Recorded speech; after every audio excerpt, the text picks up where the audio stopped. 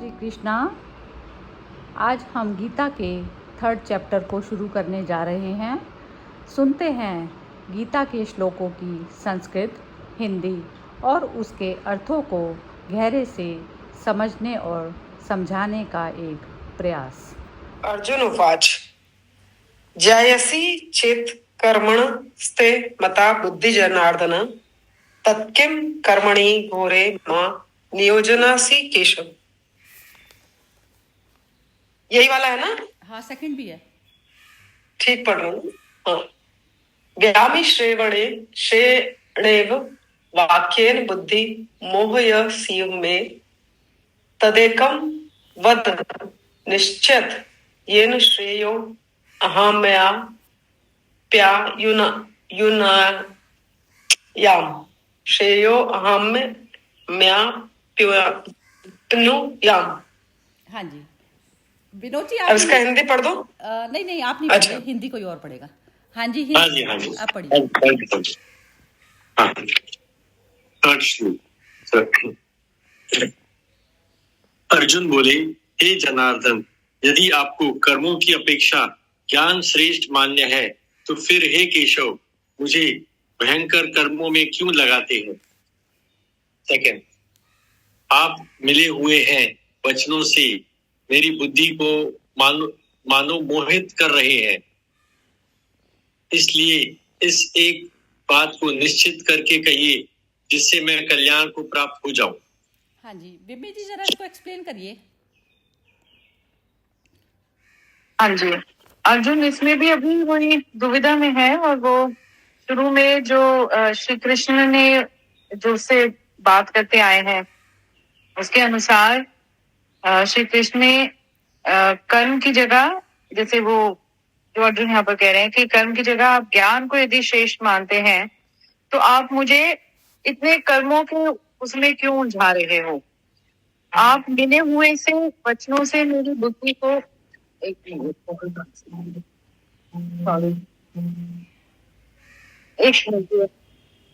और मैं डिक्लाइन करती हूँ।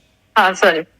हाँ, तो फिर आप मिले हुए से वचनों से मेरी बुद्धि को मानो मोहित कर रहे हैं, तो इसलिए उस एक बात को निश्चित करके कहिए जिससे मैं कल्याण को प्राप्त हो जाऊं। वही जैसे किसी भी हम जैसे इंसानों की हम उलझन में ही होते हैं कि ये करे वो करे, ये ठीक है वो ठीक है, तो वही अर्जुन की अभी वो स्थिति है।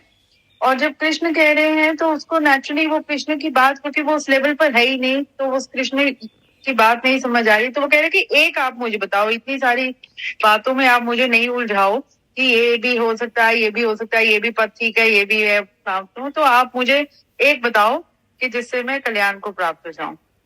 तो वही अर्जुन की मनोस्थिति जो इस समय है वो कंफ्यूजन की है और वो विचलित है, इसलिए वो एक क्विक आंसर भी चाह रहा है कि बस वो हो जाए। और तो वो वही जैसे हमारे स्थिति होती है किसी भी आम इंसान की। हाँ, तो इसका ना निचोड़ क्या है कि ये जो आपने बोला ना, यही कंफ्यूजन वाली तो है लेकिन जैसे सेकंड चैप्टर में भगवान ने सारा कुछ सांख्य योग समझा दिया, मतलब नॉलेज पूरी बता दी उसे। अब वो नॉलेज बता दी लेकिन उसने ना अपना माइंड जीरो नहीं किया। अर्जुन ने अपना माइंड जीरो नहीं किया। यदि वो जीरो कर लेता तो वो 3rd चैप्टर की जरूरत नहीं पड़ती भगवान कृष्ण को। अब कहते हैं ना, जैसे मैंने अभी 2-3 दिन पहले भी लिखा था कि जैसे प्रकाश हुआ, आत्मा क्या हो गई? प्रकाश स्वरूप। तो जैसे प्रकाश हुआ तो उसमें चीजें अपने आप होंगी। तो ये चीज ना मनुष्य की समझ नहीं आती, वो कर्ता भाव जो है ना रह जाता है। जैसे एक प्रकाश हुआ, मेरे को पता चला मेरा मन का अंधेरा चल रहा था, मन का अंधेरा चला, जैसे ही मैंने मन के अंधेरे को जीरो कर दिया तो प्रकाश अपने आप हो गया। अब उसमें एक्शन लेना है, ज्ञान के बाद में खत्म हो जाना है उस चीज को। एक तो ज्यादा ना ज्ञान से ज्ञान के लेवल पर जब चीज खत्म हो सकती है तो ज्ञान के लेवल पर हो जाती खत्म। ज्ञान के लेवल पर तो भगवान कृष्ण पहले ही समझाने चले गए थे कौरवों के पास, लेकिन ज्ञान के लेवल पर खत्म नहीं हुई ना चीज। ज्ञान के लेवल पर तो अब उसमें ज्ञान पहले लिया और फिर उसके बाद में कर्म के लेवल पर अब खत्म होनी है चीज।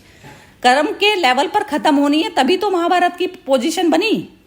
अब कर्म के लेवल पर पोजीशन जो बन रही है तो उसको अपने ज्ञान के लेवल पर पहले उसको रोशनी दी गई कि तू जो है मन से हट पहले, मन से हटेगा तो तुझे पता चलेगा करना क्या है, करना है या नहीं करना कुछ, तो ये चीज होगी ना। तो अब वो कह रहा है कि फिर जो है ज्ञान के लेवल पर ही जब तुमने मेरे को बता दी मैं आत्मा ही हूं तो मैं कर्म ही क्यों करूं, यही एक नॉर्मल इंसान की परेशानी होती है। तो अब उसमें अब भगवान क्या जवाब देंगे, तो ये पोजीशन हमारी अपनी भी रहती है। अब जैसे खाने की भूख लगी, एक नॉर्मल स्थूल स्तर पे ले, नॉलेज के लेवल पर नहीं, तो खाली ज्ञान से कि हमें ये यहाँ पर ये वाला खाना मिलता है उससे हमारी भूख मिट जाएगी, नहीं मिटती ना। तो उसके लिए कर्म भी करना पड़ता है ना। तो कर्म जो है फिजिकल, जब तक आपने शरीर लिया है। हाँ तो बोलो बिम्बी, बोलो आप। हाँ, इसमें बस वही कि जैसे वही कृष्ण तो पूरी वो जैसे स्ट्रेटेजिक प्लानिंग वाले हैं कि मतलब, और वो स्टेप बाय स्टेप जैसे, तो वो उसको जब ज्ञान का दे रहे हैं तो वो अर्जुन तो उस लेवल पर है ही नहीं। अर्जुन तो क्षत्रिय है, तो वो हमेशा वो कर्म करने में और जी एक्शन उसके पीछे का जो थॉट है, उस एक्शन के पीछे का जो थॉट है वो उसमें घुस ही नहीं रहा। जैसे कहा कि युद्ध कर वाला उसके साथ तो वो है, और कृष्ण उसको उस वे से समझाना चाह रहे हैं कि युद्ध करना, तभी उसकी कंफ्यूजन थी ना, तभी तो हुई कि युद्ध कर कहा तो युद्ध के मैदान में पहुंच गया और सेंटर में खड़े हो गए। अब फिर कंफ्यूजन कि अब मैं कैसे मारूं अपने लोगों को।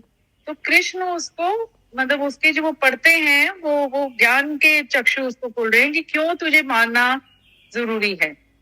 तो वो है कि तो कृष्ण की तो पूरी स्ट्रैटेजी वाइज जा रहे हैं कृष्ण तो, और अर्जुन एकदम एक्शन रिएक्शन वाला है कि युद्ध करना है, चलो जी भागो मैदान की तरफ, उठाओ अपने अस्त्र शस्त्र और पहुंच जाओ वहां पर, और फिर वहां पर जाके कंफ्यूजन। तो वही अपने हम लोगों की वही स्थिति होती है कि हम एकदम रिएक्ट करना शुरू कर देते हैं। वो रिएक्ट नहीं कर रहा, वो रिएक्ट नहीं कर रहा, वो उसको ना वो जो पर भगवान ने जो नॉलेज दी उसको डाइजेस्ट ही नहीं हुई, उसको डाइजेशन नहीं हुआ। तो जो बिना डाइजेशन हुए उसके मन में जब तक विचार उठ रहे हैं ना, विचार होता है मन का लेना देना, विचारों वाली स्थिति में हम एक्शन लेते हैं तो वो हमेशा गलत एक्शन होगा। भगवान ने पूरी गीता ये बताई है कि कौन से सेंटर से तू कर्म कर, तो जहां पर विचार शून्य अवस्था आएगी तब हमें कर्म करना बनता है। कोई भी चीज का विचार शून्य अवस्था में तो आप ऑपरेट करेंगे ना, तो वो स्थिति उसकी आई नहीं। अब उसको डाइजेस्ट ही नहीं हुई वो नॉलेज, तभी तो उसने दूसरा क्वेश्चन उठाया। जैसे जो हम किसी के बारे में भी कुछ बात करते हैं तो वो उसका जो वो होता है, जैसे जो सामने मनुष्य बोल रहा है वो मुझे डाइजेस्ट ही नहीं हो रही, तो फिर मेरे मन में सवाल उठ रहे हैं बार बार। तो सवाल उठने की जो पोजीशन जो आ रही है, तो वो पोजीशन आई ही तब रही है ना क्योंकि उसको कृष्ण की बात नहीं समझ आई। अभी सवाल हमारा माइंड उठाता ही तब है। हाँ जी, चलिए एक बार इसके भी बहुत अच्छा सुंदर डिस्कशन चल रहा है तो एक बार ले लेते हैं सबके व्यूज। हाँ जी, हर्षा जी बोलिए। ये जो दुविधा होती है वो तो एक्चुअली जैसे ज्ञान जो आपने बोला ना डाइजेस्ट नहीं होना, तो ये दुविधा रहेगी हमेशा। जैसे आज भी हम लोग को ये दुविधा रहती है कि भाई मोह के कारण हम लोग अपने बच्चे को भी डांट नहीं सकते हैं, हम लोग बंधारण में आ जाते हैं, ये कैसे मैं करूँ वो मैं के करूँ। पर जो ज्ञान का निष्ठा में जो खड़ा हो जाता है वो निर्भय पैदा हो जाता है और सच के मार्ग में चलने का उसको साहस भी आ जाती है। तो ये जो बहुत बड़ी चीज है कि हम ज्ञान जो भी लें पर वो हम पचा पाए वो बहुत बड़ी इंपॉर्टेंट चीज है कि हम जब तक नहीं पचाएंगे हम दुविधा की लाइफ में रहेंगे। डुअल लाइफ जो आपने बोलते ना, डुअल लाइफ रहते ही रहेंगे जब तक एकता में नहीं आएंगे ना। और वो जब भी आएंगे जब हम ज्ञान पचा लेंगे, तब तक क्या है ना कि ये दुविधा डेली लाइफ में भी हमें होती है। पर we have to now come out of it and take a stand which way we want. बहुत ही सुंदर, बहुत ही बढ़िया, यही है चीज। हाँ जी, मोना बोलिए। नहीं, इसमें मतलब वही नहीं मतलब बोल नहीं पा रही, समझ तो आ गया। मतलब ये दुविधा तो होती है, ये तो मेरे मन में भी यही क्वेश्चन आता है जैसे जो अर्जुन के मन में आया है भी। जब ज्ञान श्रेष्ठ है तो फिर कर्म ऐसा क्यों करना, भयानक कर्म लगता है ना भी, मतलब वो मतलब मारना। और तो इससे तो आम इंसान तो एक बार तो सोचता है, उसके मन में आता है ये क्वेश्चन तो। लेकिन जैसे आपने बताया भी कर्म भी वो जैसे भी खाली वो ज्ञान से भूख नहीं मिटती, उसके लिए हमें खाने का कर्म तो करना पड़ेगा ना। वैसे ही ये जो हमारे मतलब ये जो हमें फर्ज मिला, जो कर्म मिला, वो तो हमें करना पड़ेगा। सिर्फ ज्ञान से काम नहीं चलेगा। वो जैसे एक चेयर के, एक टेबल के दोनों पहिए दोनों जरूरी हैं बैलेंस बना के रखने के लिए। हाँ बढ़िया, बहुत सुंदर। हो गया, कंप्लीट हो गया तुम्हारा? हाँ जी हो गया, हाँ जी, हो गया। चलिए। नीलम जी बोलिए आप। फीवर ने धुआं निकाला हुआ है, अभी थोड़ा शांति से बैठी हूँ। क्या कह रहे सुन रही हो? हूँ। फीवर ने धुआं निकाला हुआ अच्छा ठीक है, कोई बात नहीं। शिबू जी आप बोलिए। आपको। हाँ जी।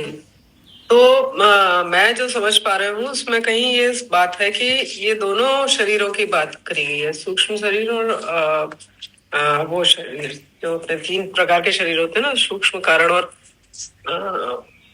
देखिए तीसरा नाम ही भूल रही हूँ। कारण शरीर, सूक्ष्म कारण, और एक और होता है स्थूल देह। स्थूल।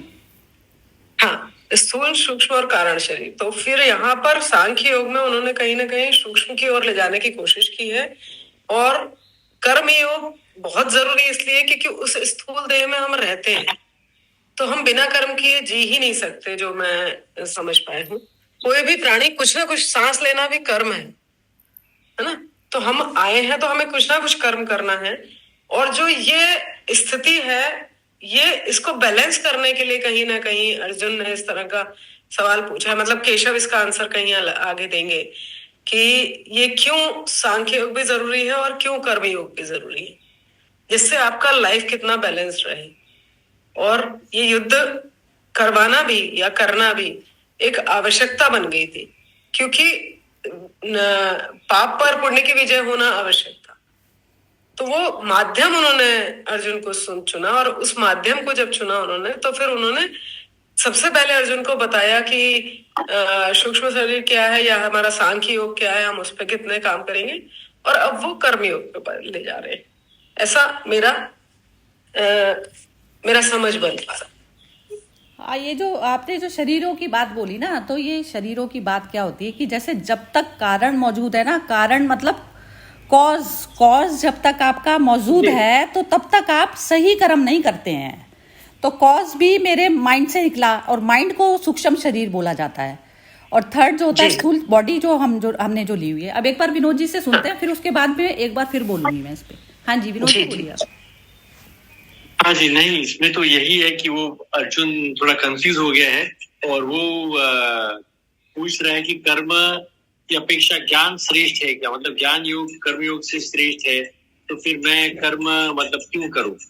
तो वो अभी उसने वही कृष्ण भगवान से पूछ रहा है कि आप मुझे गाइड करिए, और वो उनसे कह रहे हैं कि मैं अभी आपके अंडर कंट्रोल मोहित हो चुका हूँ, कि अब आप ही मुझे रास्ता, मतलब उसकी बुद्धि खुद सोच नहीं पा रहा है एक लेवल के आगे, कि because there is very thin line between gyan yog and कर्म योग। दोनों जगह से ही आप ब्रह्म को प्राप्त कर सकते हैं। तो वो कौन सा रूट लेना चाहिए, वो भी एक क्वेश्चन उसके अर्जुन के दिमाग में। बस, धन्यवाद। बढ़िया। हाँ विमी जी आपने अनम्यूट किया, आप बोलना चाह रही हैं कुछ? हाँ, वही कि मुझे एक जैसे कंफ्यूज बच्चा होता है, या जैसे आप बच्चे को कुछ समझाने की कोशिश करो, यदि आप उसे कहो कि ये नहीं खाना, वही जो हर्षा जी कहेंगे, और आप उसको वो कहेंगे पूरा उसके पीछे की जो साइंस या जो भी समझाने की कोशिश करो, तो बच्चा उखड़ के वो ये कहता है कि क्या कहते हैं, मैं आप ये खाऊं या नहीं खाऊं, मुझे ये बताओ, और ना कि मुझे ज्ञान देना शुरू कर दो। तो मुझे लगता है अर्जुन की वही है कि जब अर्जुन वहां पर एकदम कंफ्यूज हो गया कि मैं अपने लोगों को देखकर, और वो कृष्ण से वहां पर वो पूछ रहा है, तो कृष्ण उसको पूरा जैसे ज्ञान दे रहे हैं। तो वो वही जैसे उसमें वो कह रहे हैं कृष्ण को कि आप मुझे ज्ञान देने की जगह आप मुझे एक बात हो कि मुझे करना क्या है। मुझे नहीं सुनना कि वो जी आत्मा शरीर ये वो, मुझे उससे कोई मतलब नहीं, क्योंकि वो वही वाली बात कि वो उस लेवल पर ही नहीं है। और कृष्ण उसकी हर मतलब पूरी तरह से, जैसे वो है ना कि एक्शन के पीछे पहले थॉट है, तो उसके थॉट को प्योर करना चाह रहे हैं, इसलिए उन्होंने पहले ज्ञान से शुरू किया।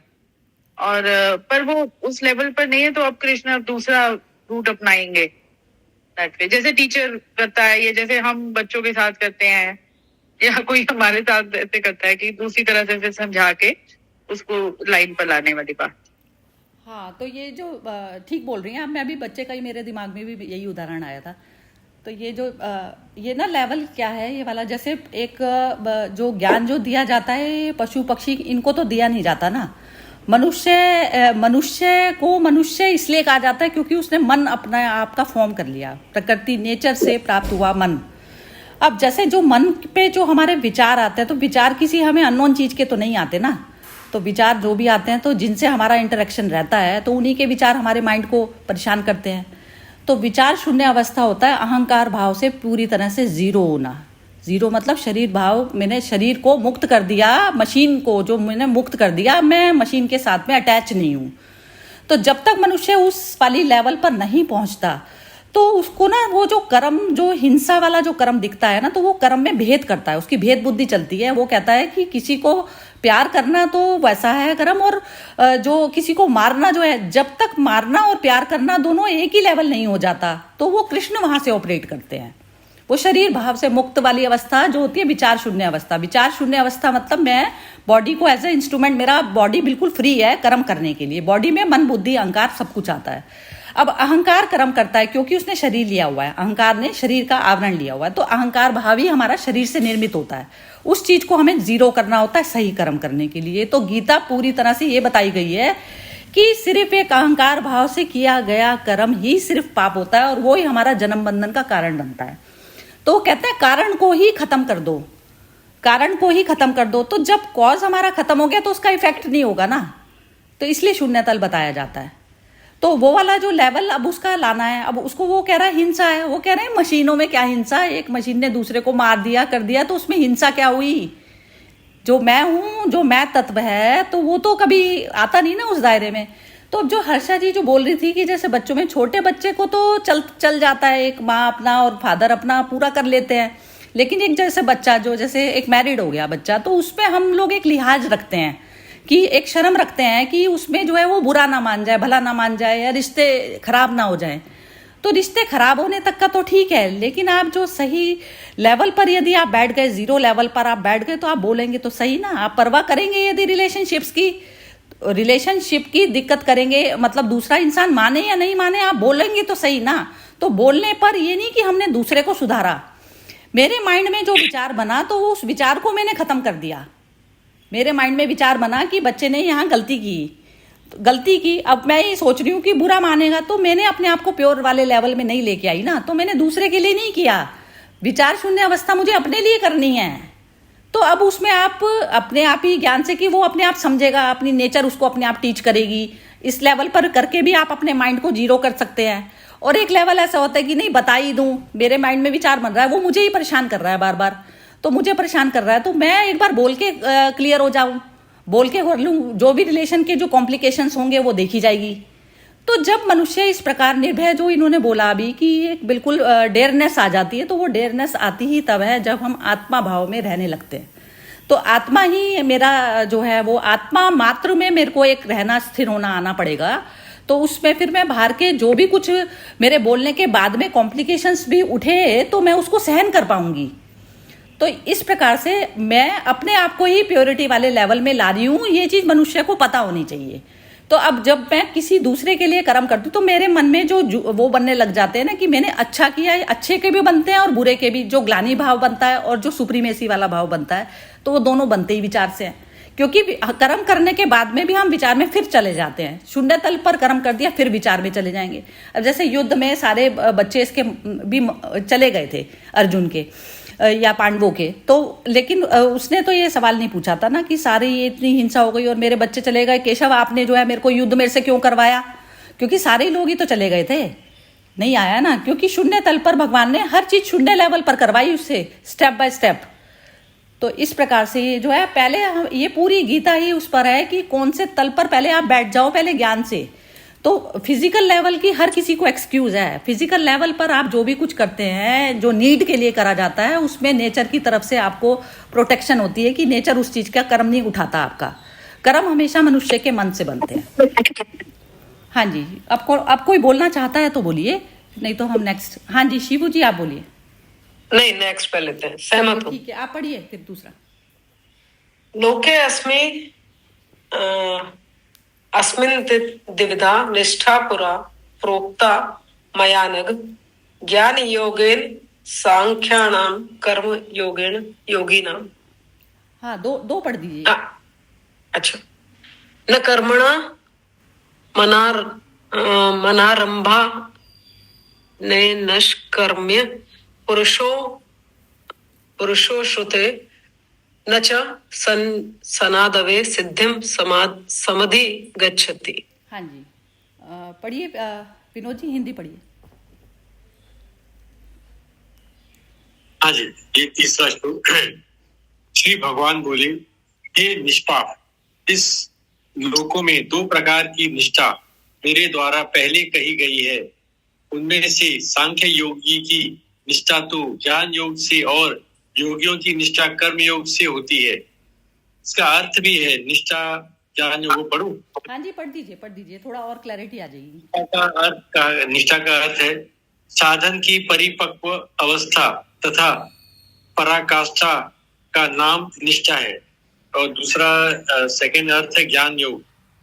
माया से उत्पन्न हुए संपूर्ण गुण ही गुणों में बरतते हैं, ऐसे समझकर तथा मन, इंद्री और शरीर द्वारा होने वाली संपूर्ण क्रिया में कर्तापन के अभिमान से रहित होकर सर्वव्यापी सच्चिदानंदन परमात्मा में एक ही भाव से स्थित रहने का नाम ज्ञान योग है। इसी को संन्यास, सांख्य योग आदि नामों से कहा गया है। तीसरा थर्ड इज कर्म योग। इसका अर्थ है फल और आसक्ति को त्याग कर भगवान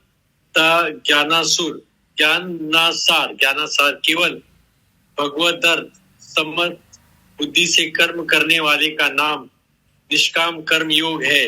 इसी को सत्यम योगी, बुद्धि योग, कर्म योग, तदर्थ कर्म, मदर्थ कर्म, मकर्मय आदि नामों से कहा गया है। बहुत ही सुंदर, समत्व में भी स्थित होता है। हाँ जी ये वाला पढ़िए, फोर्थ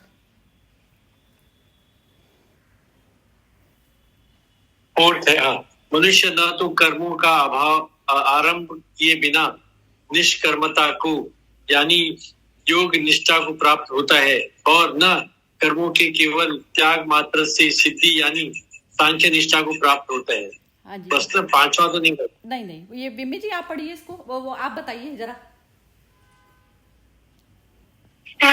दूसरे चौथे वाले में ही जब मनुष्य ना तो कर्मों का आरंभ किए बिना निष्कर्मता को यानी योग निष्ठा को, तो यहाँ पर कर्म की भी जब कृष्ण वो कह रहे हैं, जब कि अर्जुन ने पूछा कि अर्जुन वही कंफ्यूजन में कि ज्ञान या कर्म कौन सा श्रेष्ठ है, तो उसमें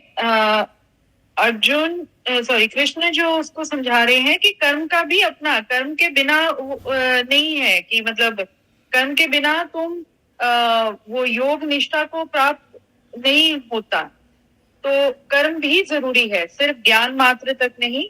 तो वही वो जो हम वो कह रहे हैं स्टेप बाय स्टेप कृष्ण को समझा रहे हैं कि सबका उस समय जिस चीज का महत्व है, वही मुझे जो समझ आ रहा है इसमें कि कृष्ण पहले उसको जब ज्ञान के लेवल पर समझाने की कोशिश कर रहे हैं, तो उसकी जैसे एक तरह का वो जो उसके थॉट्स कंफ्यूजन वाले हैं उसमें एक शुद्धि लाने की कर रहे हैं।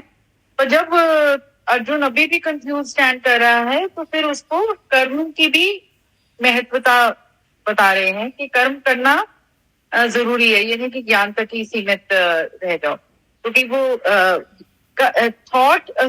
ज्ञान is towards purifying your thoughts so that your action is also pure. हाँ ठीक है, बिल्कुल। हाँ बिल्कुल बढ़िया। हाँ जी हर्षा जी आप बताइए।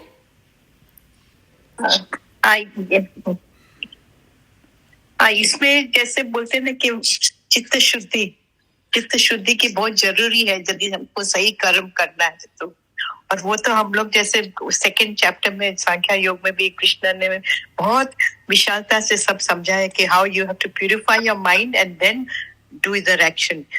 ज्ञान योग में प्यूरिफिकेशन प्रोसेस का पर जास्ती ध्यान देते कि सूक्ष्म जैसे we see the hidden forces which are governing our nature, तो तमोगुण, रजोगुण, सत्वगुण, हम कौन से गुण में काम करते हैं, तो वही गुण यदि हम अपने आप में भी समझ जाए तो हम समझ जाएंगे कि प्रकृति पे गुण गुण के साथ बर्ताव करती है।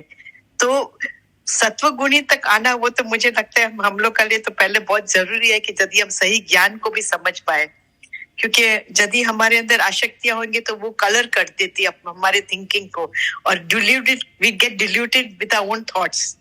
तो इसको डिल्यूजन को हटाने के लिए, ये पर्दा और अज्ञानता को हटाने के लिए कर्म तो करना ही है, पर जागृतता से जैसे हम कर्म करते जाएंगे, क्योंकि आदमी कर्म बगैर रह ही नहीं सकता है, उसको कर्म करना ही है, पर किस तरह से वो कर रहा है उसका आभास उसको होना चाहिए कि मैं कौन सी स्थिति से मैं खुद काम कर रही हूँ और कौन सी स्थिति से प्रकृति मुझे वो रिटर्न दे रही है। तो ये जो मुझे लगता है इंटरैक्शन ऑफ फोर्सेस जरा हम लोग को समझ में आ जाए तो ये बहुत हमको हेल्पफुल हो जाती है कि which level we are in and which level we have to go to. जैसे अर्जुन का, हर्षा जी, लेवल तो उसका अर्जुन का सत्व गुण वाला था, तो सत्व गुण ही तो अर्जुन के रास्ते की रुकावट बना था। yes. सत्व गुण था ना उसके अंदर, तो सत्व गुण भी से भी उसको बियॉन्ड जाना पड़ेगा। सत्व गुण से भी बियॉन्ड, नेचर से मैन्युफैक्चर होता है, नेचर से लेना देना है गुणों का। नेचर हो गया बॉडी, बॉडी लेवल हो गया मशीन, मशीन की लेवल पर जो चीज चल रही है, तो वो सारा कुछ। अब वो कह रहा है कि जैसे मैं नहीं करूंगा, तो वो सत्व गुण में तो ऑलरेडी है। सत्व गुण को भी पार कराना है उसको। भगवान कृष्ण की जरूरत तब होती है जब आपको बिल्कुल जीरो पे लाना होता है। बस यस, वो चीज है। सही बात है, सही बात है। हाँ जी, मोना जी बोलिए।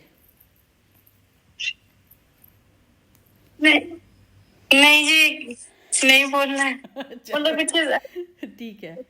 हाँ जी, शिवू जी बोलिए। नहीं, नीलम जी बोले। नीलम जी आप बोलना चाहेंगी इस पे? हाँ जी, नीलम जी बोलना चाहेंगी या शिवू जी से पूछा जाए? चलिए अभी अच्छा, ठीक, अभी नहीं, ओके ओके जी, ओके। हाँ जी, शिवू जी बोलिए। जी, तो इसमें पहले वाले श्लोक में इन्होंने 3 भावों का एक्सप्लेनेशन दिया है। पराकाष्ठा साधन की परिपक्व अवस्था, अर्थात पराकाष्ठा का नाम निष्ठा है। पहले बताया निष्ठा क्या है, और फिर बताया है कि ज्ञान योग और सांख्य योग में क्या कैसे काम करता है। मतलब गुण गुण से जब बरत रहे होते हैं, मन इंद्रियों पे जब आप कंट्रोल कर लेते हैं और शरीर के द्वारा संपूर्ण क्रियाओं में कर्तापन अभिमान से रहित होकर, तो जब मेरा भाव खत्म हो जाए कि मैं कर रहा हूँ। हमेशा हम काम कोई भी करते हैं तो ये भाव रहता है कि मैंने किया, अच्छा किया है या बुरा किया है। तो वो अभिमान जब हमारा खत्म हो जाएगा तो उस एक ही भाव में स्थित रहने को ज्ञान योग है, उसको ज्ञान योग बताया गया है। इसी को संन्यास योग कहते हैं। सन्यासी भी यूजुअली कुछ भी काम करना इसीलिए बंद कर देते हैं क्योंकि उनमें वो भाव ही खत्म हो जाता है, कर्तापन का भाव ही खत्म हो जाता है। अच्छा भी खत्म हो जाता है, बुरा भी खत्म हो जाता है। इसी तरह से जब कर्मयोग में आप बैठ जाते हो या कोई भी व्यक्ति बैठ पाता है, तो वो सारी अपनी पावर को इकट्ठा करके सिर्फ ये सोच के काम करता होता है कि मैं तो दृष्टा हूं और ये कर्म हो रहा है, करना है, कर रहा हूं। फिर भले ही मैं किसी को मारूं तो भी गलत नहीं है और किसी को प्रेम करूं तो भी गलत नहीं है, क्योंकि उसमें मोह नहीं है, क्योंकि उसमें ये भाव है कि ये सभी के लिए हितकारी है। ये समत्व भाव आ जाता है कि हाँ भाई, मैं मोना को भी उतना ही प्रेम दे रही हूँ या विनोद जी से भी मेरा उतना ही लगाव है। तो वो मेरा जो लगाव का लेवल है ना, वो जब एक हो जाएगा तो वो कर्मयोग में मैं कुछ भी करूं तो वो मेरे बॉडी कर रही होगी। ये मैं समझ पाया हूँ पहले वाले से। हाँ, और दूसरा दूसरा जो है मनुष्य ना तो कर्मों का आरंभ, जो मेरी पहले बात थी कि ना तो कर्मों का आरंभ किए बिना निष्कर्मता को प्राप्त होता है यानी योग निष्ठा को प्राप्त होता है, और ना ही कर्मों का केवल त्याग मात्र से सिद्धि। मतलब कर्मों से कुछ नहीं फर्क पड़ता, यहाँ ये बताया गया है। और ये सिद्धियां भी जब प्राप्त होंगी तो वो तभी प्राप्त होंगी कि आप एकनिष्ठ होके एक ही भाव से देख रहे हो, आपका भाव में फर्क आ जाएगा तो आपको सब कुछ मिल पाएगा, भले ही फिर आप योग भाव में हो या कर्म भाव में। निष्कर्मता होती ही मतलब निष्कर्म हो जाएंगे, आपके कर्म आपको आपके शरीर को प्रभावित नहीं करेंगे। शिवू जी, ये जो मिलना जो शब्द है ना, वो मिलना ही एलिमिनेट हो जाता है, मिलना शब्द ही एलिमिनेट हो जाता है बुद्धों की डिक्शनरी से, क्योंकि मिलने वाला तो चैप्टर ही नहीं रह जाता। बॉडी भाव से जब आप मुक्त हो गए तो वो तो चीज ही नहीं रह जाती।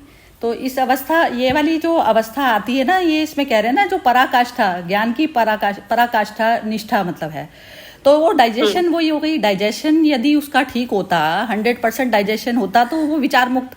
अब हम कहते हैं किसी को हम बराबर करें, हमारे लिए बराबर अवस्था वो होती है कि जब हम किसी से बहुत ही प्यार से बोल रहे होते हैं, वो बराबर अवस्था हम मानते हैं अपने जीवन में कि मैं सबके साथ में इक्वल व्यवहार करूं।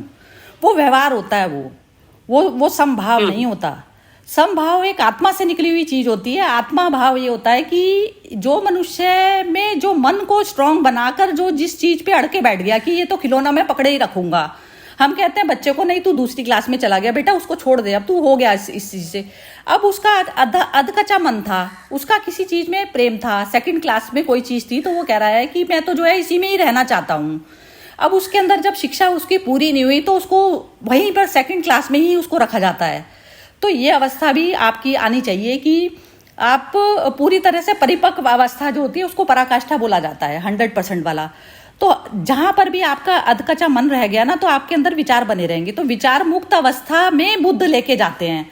तो अब उसमें किसके साथ में अलग अलग मरीज हैं और अलग अलग को अलग अलग ट्रीटमेंट देना पड़ेगा। तो जो अलग अलग ट्रीटमेंट देना है वो स्वयं जब इंसान मुक्त होता है तो तब वो दे पाता है दूसरे को भी वो ट्रीटमेंट। तो अब दुर्योधन का वध कराना भगवान की करुणा थी, और अर्जुन को इस स्थिति से निकालना ये भी भगवान की करुणा थी। हाँ जी, चलिए विनोद जी आप बोलिए। हाँ जी, नहीं, सबने बढ़िया से बता दिया है। यही जो मतलब कि ज्ञान योग और कर्म योग से प्राप्त ब्रह्म को किया जा सकता है। तो उसी में यही मैं खाली ऐड करूंगा कि कर्म की इच्छा किए बिना, मतलब फल की इच्छा किए बिना कर्म करना है, वही सबसे बढ़िया, मतलब सबसे श्रेष्ठ कर्म गिना जाता है। तो जिस दिन ये कर्म शुरू हो जाते हैं उसी दिन ब्रह्म से मिलन हो जाता है। और कर्म किए बिना मतलब कोई भी योग प्राप्त होना मुश्किल है, जैसे सेकंड पैराग्राफ में कहा गया है। और बाकी सबने बढ़िया ही कहा है। ये दोनों का एक्सप्लेनेशन अब आगे कहेंगे भगवान इसके बारे में, अर्जुन। Thank you. हाँ जी, ये फिर नेक्स्ट उसमें बोलेंगे। और बाकी अभी टाइम है तो किसी को कुछ कहना है तो बोलिए फिर सब। हाँ जी, कोई बोलना चाहता है इसमें? हाँ जी, शिवू जी आप बोलना चाह रहे हैं? अनम्यूट है आपका। नहीं, आगे पढ़ना है ना इसलिए। नहीं, पढ़ते नहीं है क्योंकि टाइम तो खत्म ही होने वाला है। हाँ जी, हर्षा जी कुछ बोलना चाहती हैं? हाँ, ये जो है ये जो एक्शन और नॉलेज, ये तो हमेशा जैसे हम लोग way of art of living, तो यही हो जाता है कि एक्शन और नॉलेज दोनों को ब्यूटीफुली कंबाइन कर हम जिए अपनी लाइफ। तो it is a way of life where we combine our highest ideals to the normal actions which we do in daily life. तो दोनों को conjoin कर हम चलते हैं, ज्ञान और कर्म। तो उसका जो एक्शन का भी जो क्वालिटी होता है वो भी बहुत अलग हो जाता है, क्योंकि उसमें परफेक्शन भी आती है और सुहास रहती है। जैसे आप जैसे आश्रम में जाए या कहाँ भी जा, संस्था में जा, डिसिप्लिन हो, तो वहां में जो मैंने खुद देखा है कि ब्रह्म कुमारी आश्रम में मेरी मम्मी जाती थी योगदान देने के लिए। 2 महीना चली जाती थी, तो वो जब आती थी तब बोलती थी कि वही काम हम लोग घर में इतना आसानी से क्यों नहीं कर पाते। सुबह 4 बजे उठना, योग करना, फिर काम में जाना, किचन में हेल्प करना, सब। तो ये सब जो काम सहजता से उधर होती थी, तो उसका एक energy levels are very vibrant. पर ये एनर्जी लेवल्स हम अपने अंदर कैसे क्रिएट करें, वही तो चैलेंज है लाइफ का, कि how we can have that energy available to us all the time that our life, our actions have a fragrance of that light. वही तो मुझे ये प्रयास चलती रहती है. बढ़िया, बहुत ही सुंदर. हाँ जी, विमी जी बोलिए. हाँ, नहीं, वो ये जो अभी हर्षा जी ने कहा ना कि वो सहजता से कर देना, वो सहजता से वही जैसे जब हम ये सत्संग करते हैं तो बहुत बातें जो ना जैसे स्टे करती हैं हमारे साथ और फिर वो सहजपन आ जाता है. तो वही जो हम सत्संग में ज्ञान ले रहे हैं, तो ज्ञान पहले और ज्ञान ले रहे हैं उसको हमने जैसे बिल्कुल हमारी असिमिलेट कर लिया और फिर जो हमारा उससे कर्म हो रहा है वो सहज भाव से हो रहा है. और यदि आप कभी वैसे उसमें भी देखो, जब वॉर में भी तो पहले वो ही एक ब्रीफिंग करते हैं, पूरा प्रोज एंड कॉन्स एनालिसिस किया जाता है. और किसी में भी कॉर्पोरेट वर्ल्ड में भी हम ये कहते हैं कि पहले किसी चीज का एक्ट करने से पहले उसका पूरा एनालिसिस, आपने एनालिसिस कर लिया. एनालिसिस मतलब वहां पर आपने ज्ञान ले लिया कि क्या सही है ये, and then you are coming to that action part. तब फिर आपका वो कर्म आ रहा है. तो वही किसी में भी नॉर्मल उसमें भी सिचुएशन में भी सबसे पहले ज्ञान का होना, ज्ञान विल लीड टू प्योर ज्ञान. आपको वो चक्षु खोलेगा, आपको आपका होराइजन एक्सपैंड होगा, आप उसी में संकीर्णता में जी रहे हो कि आप एक तरीके से उसको अप्रोच कर रहे हो. पर जब आप उसको एनालाइज करते हो फिर आपका वो होराइजन एक्सपैंड होगा. अच्छा ये भी है, ये भी है, and then you are able to take more informed decision. बहुत ही सुंदर. हाँ जी, विनोद जी आप बोलना चाह रहे हैं कुछ? ये जो सहजता कहा हर्षा जी ने, इसमें एक ही चीज ऐड करनी थी कि जब आश्रम में जाते हैं वहां आपको कोई परेशान करने और सुख और दुख के कारण नहीं होते. मतलब कि अगर हम जो रूटीन लाइफ में हैं तो अगर ऐसा मन हो जाए कि सामने कोई भी आदमी मुझे हैप्पी नहीं कर सके, ना मुझे कोई क्रोधित कर सके, मतलब मैं दूसरे लोगों से परे हो जाऊं. अगर सामने कोई मुझे क्रोधित कर देता है या मुझे खुश कर देता है या हैप्पीनेस आ जाती है किसी और की वजह से, तो उसमें सहजता निकल जाती है. आश्रम में क्या रहता है कि सब सिस्टम से चलते हैं तो अपने कार्य में ध्यान देते हैं, न किसी को परेशान करते हैं, न किसी को कुछ करते हैं, और प्रभु वहां रहते हैं सबकी हैप्पीनेस संभालने के लिए. तो वहां सहजता से कार्य होते हैं. यहाँ वो चीज हमारे अंदर इतना पावर होना चाहिए कि सामने वाला हमको न परेशान कर सके न हैप्पी कर सके, तब सहजता आ जाएगी. वही जब लेवल आ जाता है तो ब्रह्म से विलीन हो जाते हैं. परफेक्ट है, बहुत ही सुंदर बोला आपने. ये माइंड कंट्रोल हुआ, वो उसको एक उसपे शब्द में ये कह सकते हैं, पूरा माइंड पे कंट्रोल अपने आ गया कि मेरे को क्या चीज़ लेनी है क्या चीज़ छोड़नी है, मेरा अपना पूरा कंट्रोल है उस पर. यही होता है, बिल्कुल परफेक्ट है. ये वही समत्व योग होता है और वही सिद्धि होती है. सिद्धि तो वह अवस्था होती है कि जहाँ पर आप अननोइंगली भी आप जैसे आंख बंद करके भी एक्शन कर रहे हैं, तो सिद्धि वह अवस्था होती है कि आपको लेना देना ही नहीं रहता बाहर की चीज़ से. और बाकी जब आंख खोल के जब आप कर रहे हैं, जब तक सिद्धि नहीं प्राप्त हुई तब तक प्रयास जारी रहना चाहिए. तो हमें एफर्ट करना पड़ता है. तो एफर्टलेस वाली स्टेट आपकी आएगी तब जब बिल्कुल पूरी तरह से नॉलेज जो है आपको 100% चली जाएगी आपके अंदर. हाँ जी, शिवू जी बोलिए. तो बस इसका एक छोटा सा तरीका ये हो सकता है जो आप कह रहे हैं, और विनोद जी ने भी कहा और बेमी जी ने भी कहा, सभी एक ही बात कह रहे हैं. बस कोशिश ये हो सकती है कि हम थोड़ी थोड़ी देर में अपने आप को हटाते रहें, मतलब ऐसे साक्षी भाव में आ जाए, थोड़ी देर के लिए आए मनी, फिर वो धीरे धीरे प्रैक्टिस बढ़ती रह जाएगी. तो फिर वो शरीर भाव से ऊपर या अलग हट के हम देखना शुरू कर पाएंगे.